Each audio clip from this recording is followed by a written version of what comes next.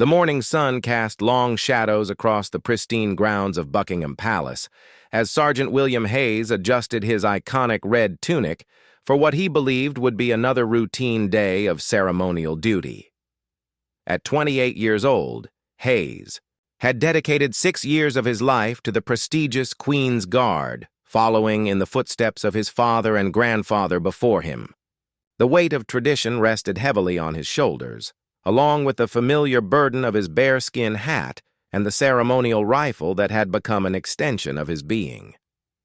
Hayes came from a working-class family in Yorkshire, where his father had worked double shifts in a steel mill to support the family dream of military service. His grandfather had served in World War II, returning home with stories that shaped young William's understanding of duty and honor. The path to becoming a Queen's Guard had been grueling, requiring not just physical fitness, but mental fortitude. That few possessed. The selection process eliminated 90% of applicants, and those who made it through faced months of intensive training that tested every aspect of their character. The role of the Queen's Guard extended far beyond the ceremonial duties that tourists witnessed daily. These soldiers were active military personnel, trained in combat and security operations. Many had served multiple tours in Afghanistan and Iraq before being selected for this prestigious position. Hayes himself had completed 2 tours in Afghanistan, where he earned commendations for bravery under fire. The irony was not lost on him that after facing real bullets and improvised explosive devices, he now spent his days standing motionless while tourists snapped photographs. The morning briefing had been standard, with officers reminding the guards about upcoming state visits and security protocols. Hayes took his position at the palace gates, his face a mask of stoic professionalism that had been drilled into him through countless hours of training. The tourists began arriving early, as they always did, cameras ready to capture the pageantry of British tradition. Children pointed excitedly at the tall guards in their distinctive uniforms, while parents explained the history and significance of what they were witnessing. By midday, the crowd had swelled to its usual size, with visitors from around the world gathering to witness the changing of the guard ceremony. The atmosphere was festive, with street performers entertaining the waiting crowds and vendors selling souvenirs nearby.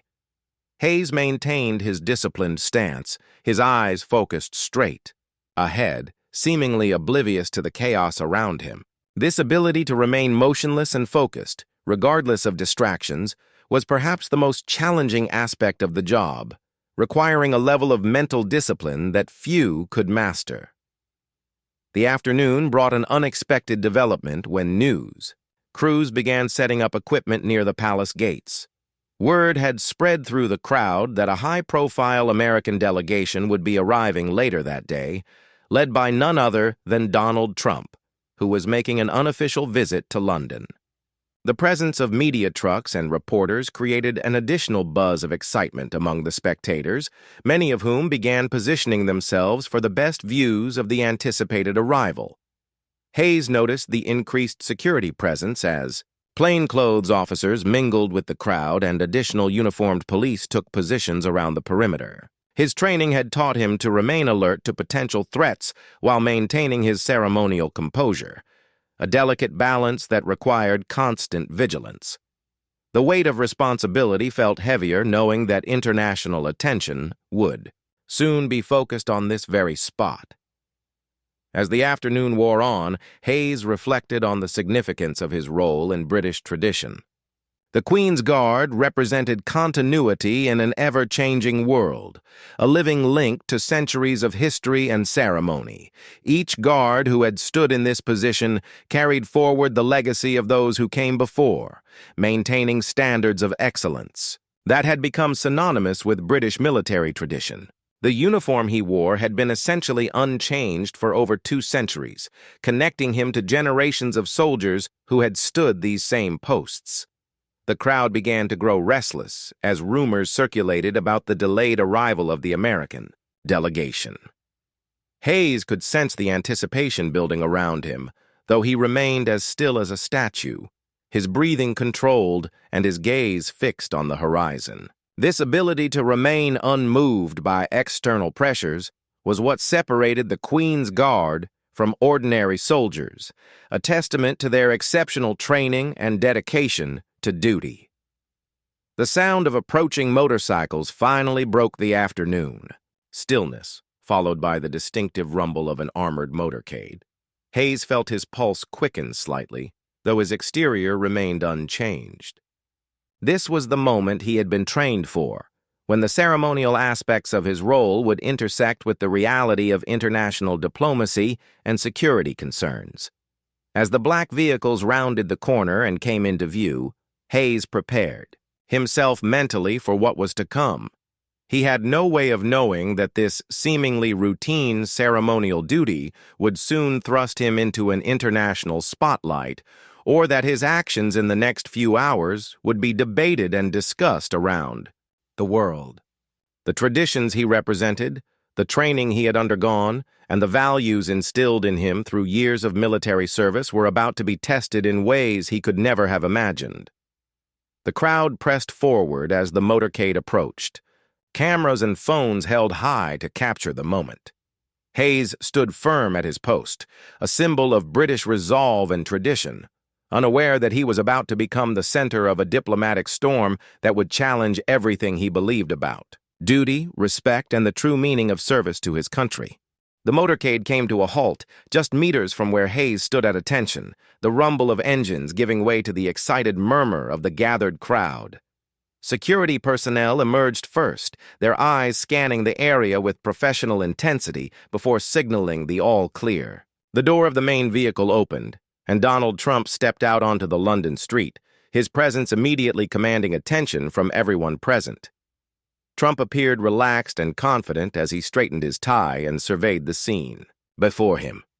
The assembled media crews jockeyed for position, their cameras capturing every moment of his arrival. He moved with the ease of someone accustomed to being the center of attention, pausing to wave at the crowd and exchange pleasantries with the British officials who had come to greet him.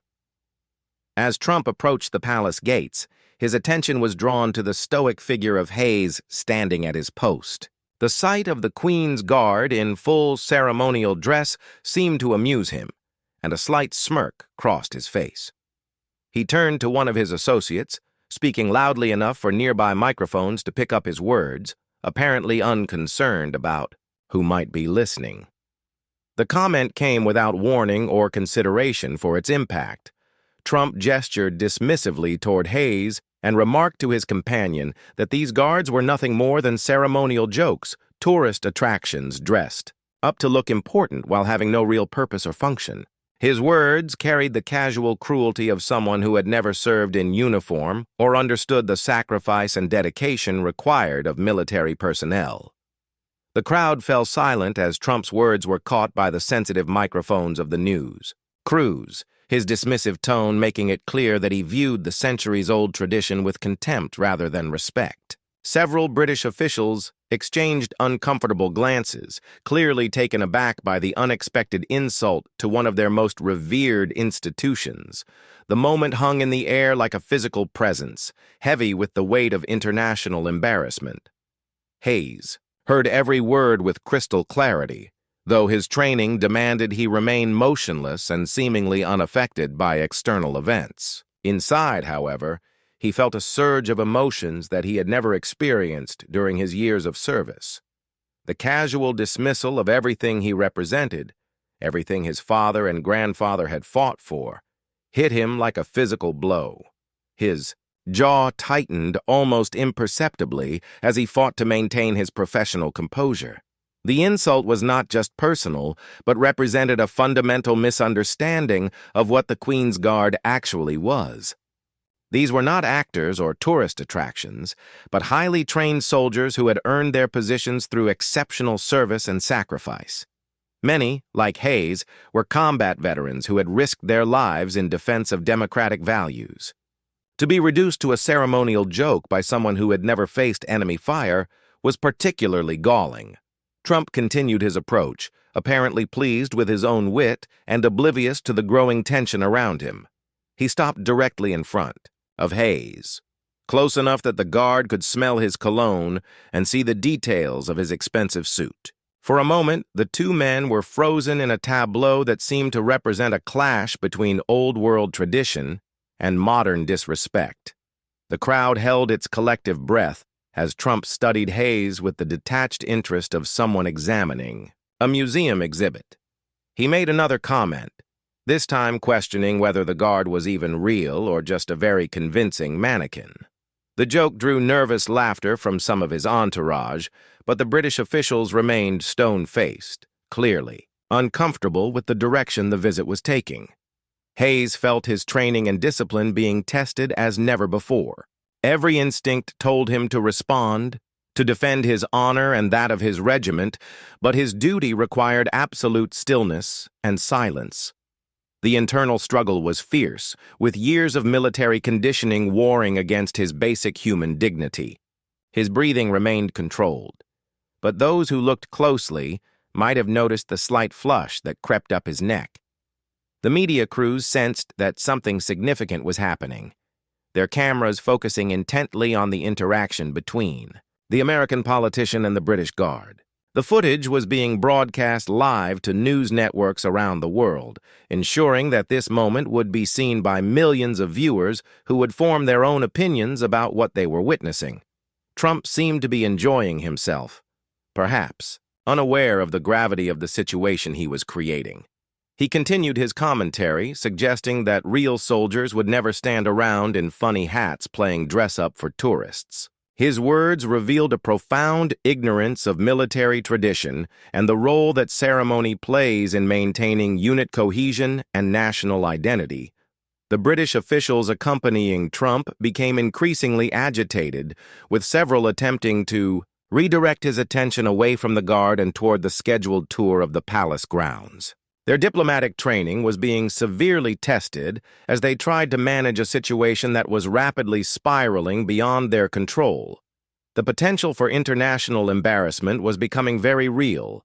Hayes could feel the eyes of the world upon him, though he continued to stare straight ahead with the discipline that had been drilled into him through years of training.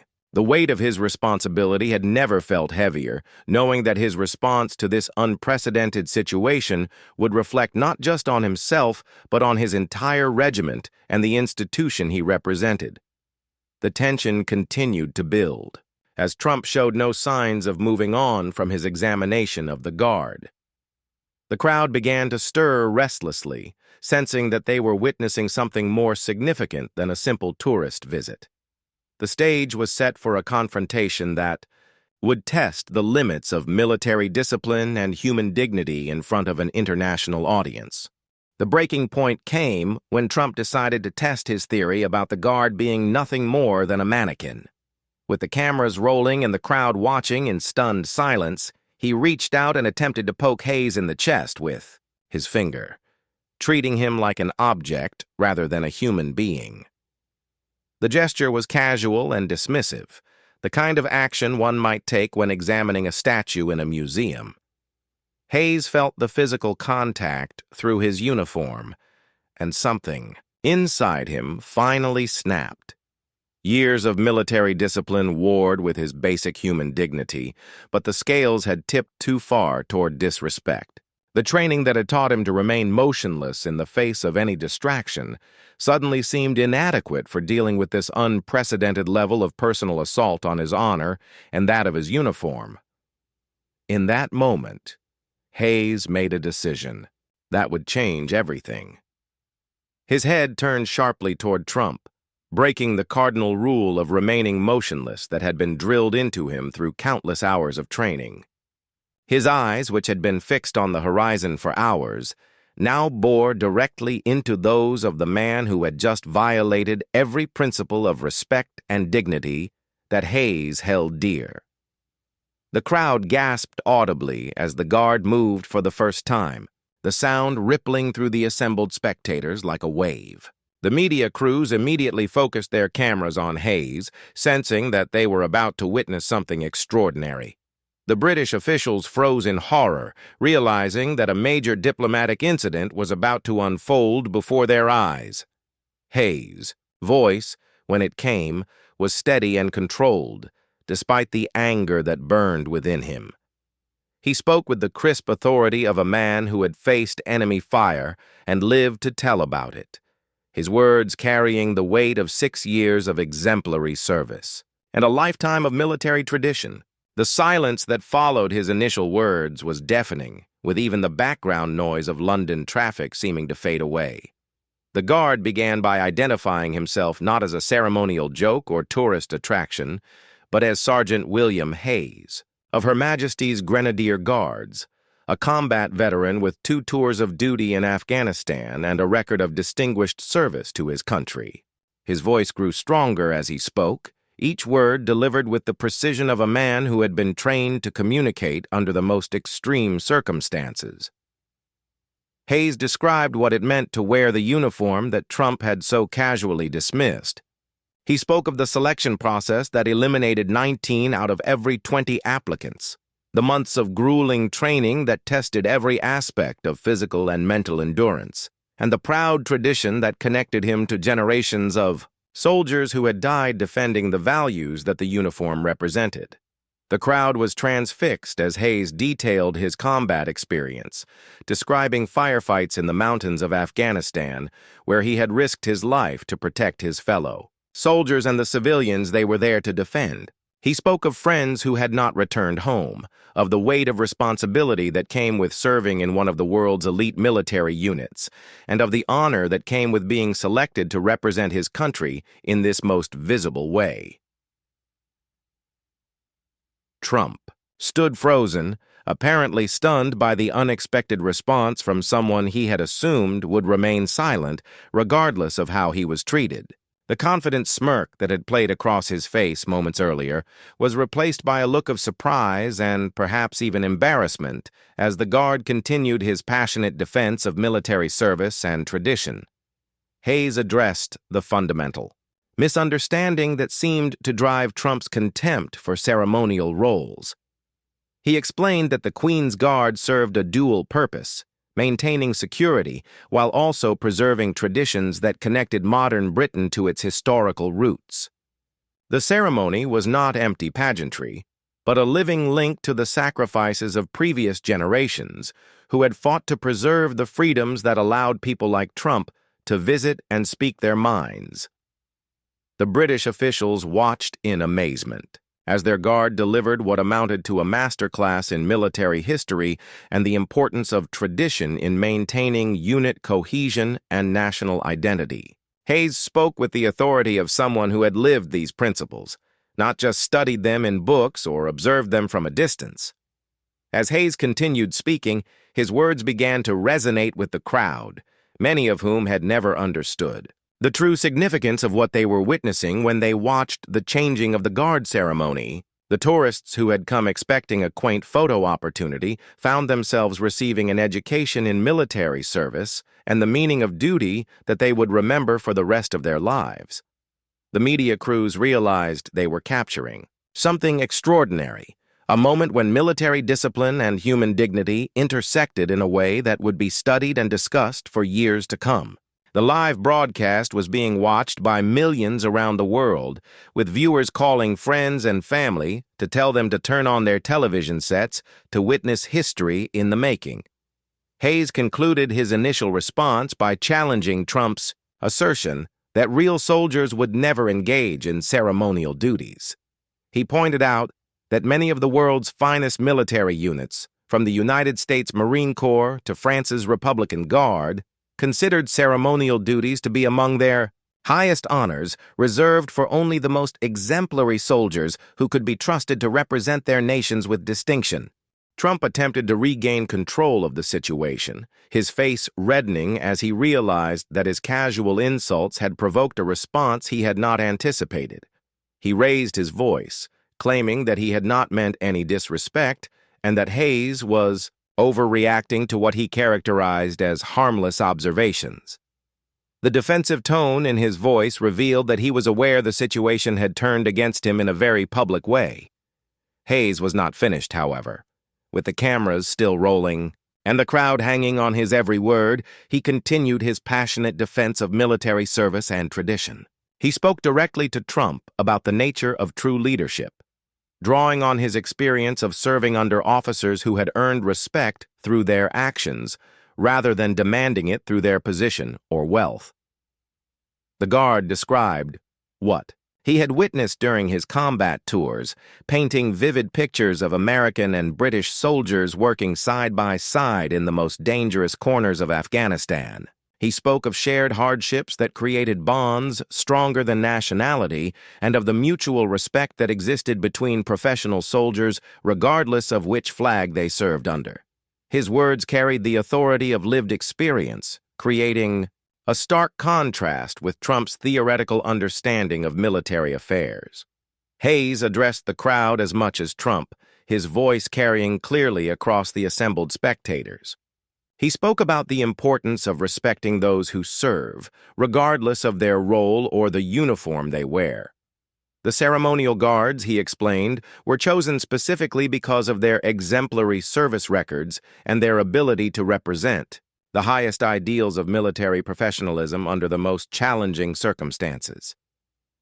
The British officials found themselves in an unprecedented situation, watching as one of their guards delivered what amounted to a lesson in military ethics and leadership to a foreign dignitary. While they were undoubtedly concerned about the diplomatic implications, there was also a sense of pride in witnessing one of their own articulate so eloquently the values that their military represented. Trump made several attempts to interrupt. Hayes, clearly uncomfortable with being lectured by someone he had attempted to dismiss as irrelevant. Each interruption, however, only served to make him appear more petulant and less dignified in the eyes of the watching crowd. The power dynamic had shifted completely, with the supposed ceremonial joke now commanding the respect and attention of everyone present. Hayes spoke about the sacrifices made by military families, drawing on his own experience of watching his father work double shifts to support his son's dreams of military service. He described the pride his grandfather had felt when Hayes was selected for the Queen's Guard, and the weight of family tradition that rested on the shoulders of everyone who wore the uniform. These personal touches humanized the Guard in a way that made Trump's earlier dismissiveness seem particularly callous. The crowd began to show their support for Hayes, with scattered applause breaking out as he made particularly powerful points about service and sacrifice. The tourists who had come seeking entertainment found themselves moved by the passion and dignity of the young soldier who was defending not just himself, but the institution he represented. Many were visibly emotional, tears streaming down their faces as they listened to his words. Hayes turned his attention to the nature of courage, distinguishing between the physical bravery required in combat and the moral courage needed to stand up for what is right, even when facing powerful opposition. He suggested that both forms of courage were essential for true leadership, and that respect could not be demanded, but had to be earned through consistent demonstration of character and integrity. The media crews were capturing every moment, aware that they were witnessing a defining moment in the relationship between military service and civilian authority. The footage would be analyzed and discussed for years to come, with military academies using it as a case study in leadership and the proper relationship between armed forces and political figures. Trump's entourage began showing signs of nervousness as the confrontation continued, with several members attempting to suggest that it was time to move on to other scheduled activities. Their efforts were unsuccessful, however, as Trump seemed determined to have the last word in an exchange that was rapidly moving beyond his ability to control or manage. Hayes spoke about the difference between service and self-service, drawing implicit but unmistakable contrasts between those who dedicate their lives to something larger than themselves and those who seek personal advancement at the expense of others. His words were delivered without malice, but with the quiet authority of someone who had proven his commitment through years of faithful service. The guard concluded this portion of his response by addressing the cameras directly, speaking to the millions of viewers around the world who were watching the exchange unfold. He thanked them for their attention and expressed his hope that they would come away with a better understanding of what military service truly meant and why ceremonial traditions deserved respect rather than ridicule. the silence that followed was profound, broken only by the distant sound of London traffic and the whispered conversations of spectators who were trying to process what they had just witnessed. Trump stood facing Hayes, his earlier confidence completely evaporated while the guard returned to his position of attention, his point having been made with devastating effectiveness. The aftermath of the confrontation was immediate and electric. The crowd that had gathered to witness a routine ceremonial display found themselves applauding spontaneously for Hayes, their clapping growing from scattered appreciation to thunderous approval. Tourists from around the world, many of whom had never seen such a display of dignified defiance, were moved to tears by the guard's passionate defense of military honor and tradition. Social media exploded within minutes as spectators began posting videos and commentary about what they had witnessed. The hashtag #RespectTheGuard began trending worldwide as people shared the footage and expressed their admiration for Hayes's courage in standing up to someone who had attempted to humiliate him. The video clips spread like wildfire, reaching millions of viewers within the first hour after the incident. Trump, clearly rattled by the unexpected turn of events, attempted to salvage the situation by claiming that he had been misunderstood. He insisted that his comments had been taken out of context and that he had great respect for all military personnel. His protestations rang hollow, however, particularly when contrasted with the clear audio footage of his dismissive remarks that was already being broadcast around the world. The British officials accompanying Trump moved quickly to minimize the diplomatic damage, arranging for the group to move away from the palace gates and continue with their scheduled activities. Their efforts to restore normalcy were hampered by the crowd's continued enthusiasm for Hayes, with many people calling out words of support and encouragement to the guard who had become an instant hero. News organizations around the world began picking up the story, with international correspondents providing context about the role of the Queen's Guard and the significance of Hayes's unprecedented break with protocol. Military experts were interviewed to explain the rigorous selection process and training that guards undergo, lending credibility to Hayes's claims about his qualifications and those of his fellow servicemen. Hayes himself returned to his position. At attention, though the crowd continued to gather around him, many asking for photographs and expressing their admiration for his courage. He maintained his professional demeanor while acknowledging the support with subtle nods and the occasional restrained smile, demonstrating the same discipline that had carried him through years of ceremonial duty. The incident sparked broader discussions about the treatment of military personnel and the importance of respecting those who serve their countries in various capacities. Veterans organizations from multiple countries issued statements supporting Hayes and condemning the casual disrespect that had triggered the confrontation. The story resonated particularly strongly with current and former service members who had experienced similar dismissiveness from civilian authorities. Within hours, Hayes began receiving messages of support from military personnel around the world, including several from American soldiers who expressed embarrassment at Trump's behavior and pride in their British counterparts' dignified response. The incident created an unexpected moment of international military solidarity, with service members from different nations united in their support for one of their own.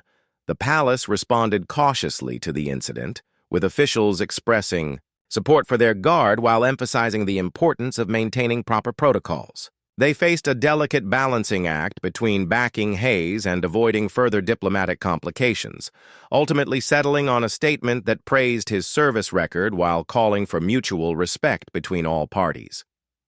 Media analysis of the confrontation began almost immediately, with experts examining the body language, vocal patterns, and underlying tensions that had led to the explosive exchange. Military historians provided context about similar incidents throughout history, while political analysts debated the implications for Trump's international reputation and relationships with allied nations. The incident also sparked discussions about the role of social media in amplifying and shaping public opinion about political and military matters. The rapid spread of the video footage and the overwhelmingly positive response to Hayes's actions demonstrated the power of authentic emotion and principled stands in an era often characterized by calculated political messaging. Hayes is commanding. Officers found themselves in an unusual position, needing to address his breach of protocol while acknowledging the extraordinary circumstances that had led to his actions. The military justice system was not designed to handle situations where correct behavior conflicted with established procedures, creating a precedent-setting challenge for military leadership. International relations experts began analyzing the potential long-term impact of the incident on Anglo-American relations, with some suggesting that Trump's behavior could affect future military cooperation between the two nations. The personal nature of the insult, delivered to a representative of the Crown, added layers of complexity to what might otherwise have been dismissed as a minor diplomatic misunderstanding. The story continued to evolve throughout the day as more details emerged about Hayes's background and service record. Journalists discovered his combat citations and spoke with fellow soldiers who vouched for his character and professionalism, painting a picture of a model serviceman who had been pushed beyond reasonable limits by unprecedented disrespect. By evening, the confrontation had become one of the most watched political videos of the year, with viewing numbers climbing into the tens of millions across various platforms. The incident had transcended its origins as a diplomatic embarrassment to become a cultural moment that spoke to broader themes of respect, dignity, and the proper relationship between civilian and military authority. 3 months after the incident, Hayes sat in a quiet cafe near his family home in Yorkshire, still processing the whirlwind of events that had transformed his life overnight. The military inquiry into his breach of protocol had concluded with an official reprimand tempered by recognition of the extraordinary circumstances that had provoked his response. His commanding officers, while obligated to maintain discipline, had privately expressed their support for his actions. The global response to the confrontation had been overwhelmingly positive, with Hayes receiving thousands of letters and messages from supporters around the world.